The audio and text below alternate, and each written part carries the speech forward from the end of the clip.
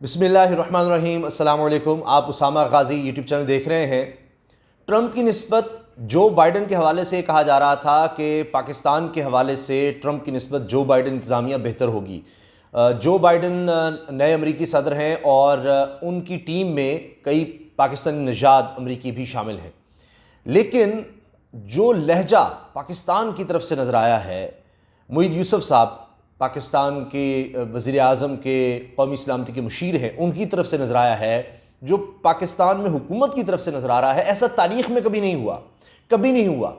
अब उनका हालिया बयान ऐसे लग रहा है जैसे वो अमेरिका को तो थप्पड़ मार रहे हैं, यानी अमेरिका को कह रहे हैं कि हमारे पास ना आए, अमेरिका हमारे पास ना आए। वो किस तनाजुर में कह रहे हैं वो मैं आपको बताता हूँ। और साथ उन्होंने कहा है कि अब पाकिस्तान की रेड लाइन है, पाकिस्तान की सरहद पर अब कोई जंग नहीं लाई जा सकती, ये पाकिस्तान की रेड लाइन है। यानी सवाल ही नहीं पैदा होता कि अब आप दोबारा जंग छेड़ सकें सरहद पर, पाकिस्तान की सरहद को आप गैर महफूज कर सकें। ये पाकिस्तान अमेरिका को कह रहा है, पाकिस्तान के कौमी सलामती के मुशीर अमेरिका को कह रहे हैं।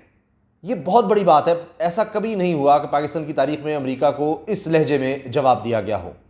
और इससे भी बढ़कर ये कि अब तालिबान भी सामने आ गए हैं, क्योंकि जो बाइडन की तरफ से कहा गया कि जो मुआहिदा हुआ है, और अमेरिका ने मुआहिदा किया और पहले भी बड़ी मिन्नतें समाजतें की गई ट्रंप के दौर में भी, कि जी अफ़गानिस्तान के तालिबान को मुज़ाकरात की मेज़ पर ले आएँ, हमारे साथ बिठा दें।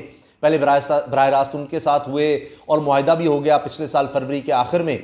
अब जो बाइडन की जब इंतज़ामें आई तो इनकी तरफ से कहा गया कि जी हम इस मुआहिदे को दोबारा देखेंगे, क्योंकि रिपोर्ट्स ये आई कि जी तालिबान मुकम्मल तौर पर मुआहिदे पर अमल नहीं कर रहे और इस तरह की बात। तो तालिबान ने वाज़ेह धमकी दी है कि बहुत बड़ी जंग होगी अगर अमेरिका मुआहिदे से हिला, क्योंकि अब सिर्फ 2 महीने रह गए और मुकम्मल तौर पर फौजों को वापस जाना है, तो बहुत बड़ी जंग होगी। अब मुईद यूसुफ साहब ने ये बात कही है कि अब पाकिस्तान पर जबर ना करे अमेरिका, और उन्होंने दो टोक वाज़ेह अल्फाज में, यानी डिप्लोमेटिक लैंग्वेज नहीं है, कोई सिफारती लैंग्वेज उन्होंने नहीं कही, उन्होंने साफ कह दिया है कि जबर करके अफगान मसला हल नहीं हो सकता, और पाकिस्तान के पास अमेरिका ना आए कि जबर करके पाकिस्तान ये अफगानिस्तान का मसला हल करा देगा या हम कराएंगे।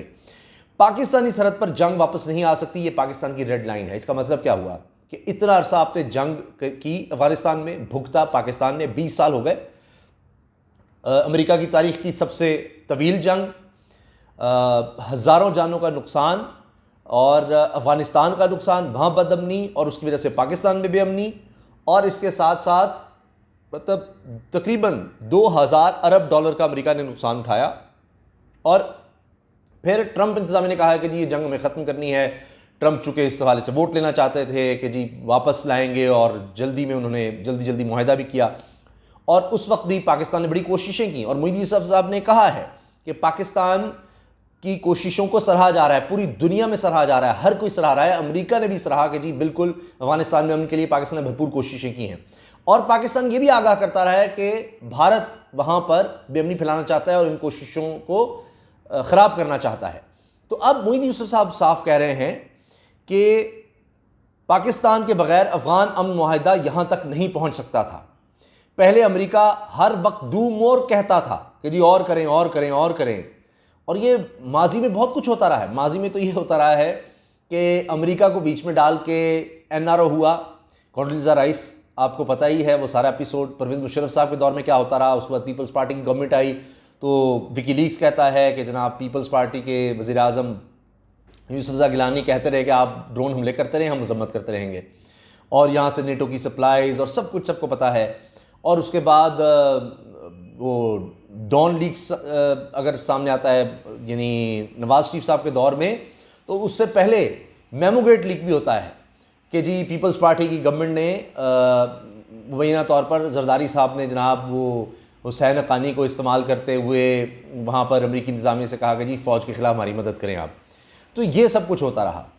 फिर नवाज शरीफ साहब के दौर में भी आपको इस तरह का लहजा मिलेगा, माजी में भी इस तरह का लहजा नहीं मिलेगा। अमेरिका तो पाकिस्तान पर पाबंदियाँ लगाता रहा, नवाज शरीफ के दौर में भी ये हुआ, उससे पहले भी बहुत कुछ हुआ।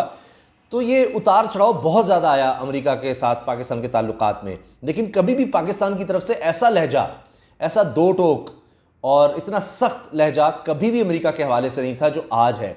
इमरान खान साहब हमेशा उस वक्त भी ड्रोन हमलों के ख़िलाफ़ बात करते थे कि जी हमारी खुद मुख्तारी के ख़िलाफ़ है, आप हमें इत्तेहादी कहते हैं, कैसे इत्तेहादी हैं।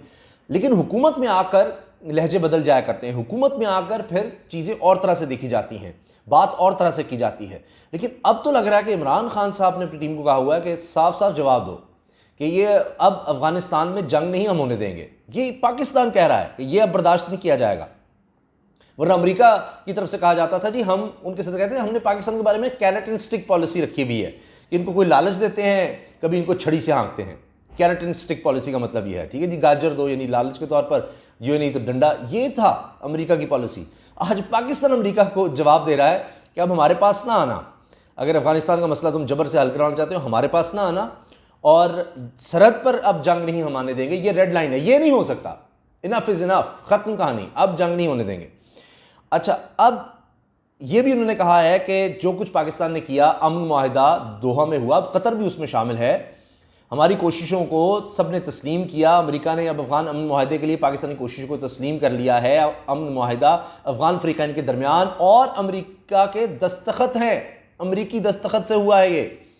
और ये भी मोदी यूसुफ साहब ने कहा कि अफगान जो फैसला करेंगे वो हमें कबूल होगा, पाकिस्तान को कबूल होगा, आप उनसे जाकर बात कर लें। दोहा में बड़ी मेहनत से एक फैसला हुआ, ये वाज़ेह करें कि अब आप कहें जी वो लिख दिया है, अब दोबारा हम देखेंगे वो मुआहिदा।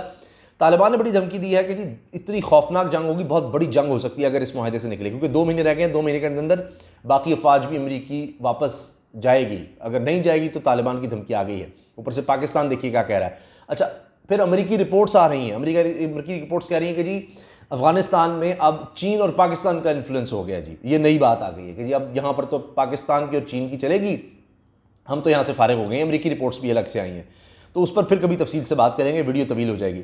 अच्छा, फिर अब मोदी यूसुफ साहब ने जब ये कहा कि जबर के ज़रिए कोई तब्दीली नहीं हो सकती, तो पहले ये होता रहा पाकिस्तान के ऊपर, लेकिन अब वो साफ कह रहे हैं और पाकिस्तान की सरहद पर जंग वापस नहीं आ सकती, ये पाकिस्तान की रेड लाइन है। ये तो अब सवाल ही नहीं पैदा होता कि अमेरिका को अब जंग की इजाज़त दी जाएगी, वो नेटो शेटो ये वो ख़त्म अब कहानी, ये पाकिस्तान कह रहा है, साफ कह रहा है। अब मैं आखिर में आपको अफ़गान तालिबान के बारे में बता दूँ। उन्होंने अपनी वेबसाइट पर भी ये कह दिया कि जो नई इंतज़ामिया की तरफ से कहा जा रहा है हम मुआहिदे को दोबारा देखेंगे। अब ये फरवरी के आखिर में, पिछले साल के आखिर में अमेरिका के साथ तालिबान का मुआहिदा हुआ था कि आहिस्ता आहिस्ता तमाम अमरीकी फ़ौज अफ़गानिस्तान से चली जाएगी, और उसमें मेन चीज़ ये थी कि जी अफ़गानिस्तान के तालिबान अमेरिका को निशाना नहीं बनाएंगे, अमरीकी फ़ौज को निशाना नहीं बनाएंगे, और यहाँ पर किसी भी दहशतगर्द तंजीम को नहीं पनपने देंगे, कोई यहाँ पर ज़मीन इस्तेमाल नहीं होने देंगे किसी भी मुल्क के ख़िलाफ़, किसी भी मुल्क के ख़िलाफ़। तो इस पर तालिबान ने एग्री किया। तालिबान ने कहा कि जी अमेरिका जाएगा, और दूसरा ये कि हमारे जितने भी कैदी हैं हुकूमत के पास वो रिहा किए जाएंगे। बाद में फिर अफ़गान हुकूमत भी इससे फिरने की कोशिश की, लेकिन बहरहाल वो किसी न किसी तरह दोबारा वो रिहाई शुरू हो गई और बात आगे बढ़ी। अब फिर मसला ये था कि अफ़गानिस्तान के लोगों को बिठाना, हुकूमत को, तालिबान को, दीगर फ़रीक़ैन को, उनके दरमियान मुज़ाकरात होना। अमेरिका तो मुज़ाकरात करके लिख कर उसने कहा जी हम तो निकले यहाँ से, वो भी काम हो रहा है। अब नई इंतज़ामिया आई और वो कह रही है कि जी हम तो इसको दोबारा देखेंगे। तो तालिबान ने साफ कह दी 2 महीने रह गए हैं, फरवरी आ गया, मार्च अप्रैल तक 14 माह पूरे हो जाएंगे, 14 महीने के अंदर अंदर सारी फौजें वापस जाना था। अगर ये मुआहदे पर अमल ना हुआ तो बहुत बड़ी जंग होगी। और ऊपर से पाकिस्तान की स्टेटमेंट आप देख लीजिए, ये बहुत बड़ी बात है, बहुत बड़ी बात है कि पाकिस्तान इस तरह से बात करे। ये नहीं देखा गया, क्योंकि जाहिर है कि अमेरिका के बारे में कहा जाता है जी अमेरिका सुपर पावर है, बड़े होते हैं, लेकिन अब दुनिया बदल रही है। अमेरिका की तरफ से चले ये तो नई इंतज़ामिया है, लेकिन वैसे आप देखें तो सीपैक के खिलाफ भी बातें होती रही हैं, और उसका भी साफ साफ जवाब दिया गया है। ये कोई चक्कर ही नहीं है कि जी ये हो जाएगा वो हो जाएगा, ये देखें ये हमारा अंदरूनी मामला है, आप इससे बाज रहें।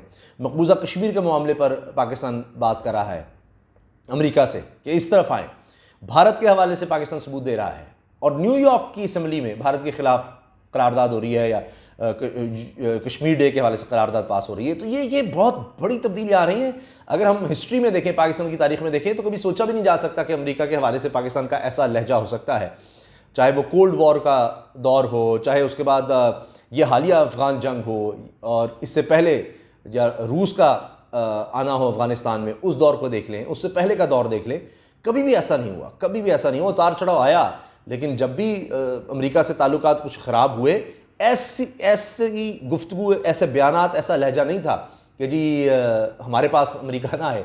हम तो ये कहते रहे कि जी अमेरिका को जब भी ज़रूरत हो जी हमें बताए, हम तो हाजिर हैं, और इस तरह से होता रहा। आज कह रहे हैं जी हमारे पास ना आए जबर के साथ, और ये कि ये हमारी रेड लाइन है। आज पाकिस्तान बता रहा है कि रेड लाइन क्या है, वरना अमेरिका बताया करता था। तो ये बहुत बड़ी तब्दीली है, ये बहुत बड़ी बात है। अल्लाह ताला पाकिस्तान को मजबूत करे, यहाँ पर अल्लाह ताला इस मुल्क के रहने वालों को अपने हिफ्ज़-ओ-मान में रखे। अल्लाह ताला करे कि पाकिस्तान तरक्की की तरफ जाए, मजबूत मुल्क हो, और इस तरह से पाकिस्तान जिस तरह डटा खड़ा नज़र आ रहा है, अल्लाह करे कि यही पाकिस्तान का मुस्तकबिल हो। इजाज़त दीजिए, अल्लाह हाफ़िज़। पाकिस्तान जिंदाबाद।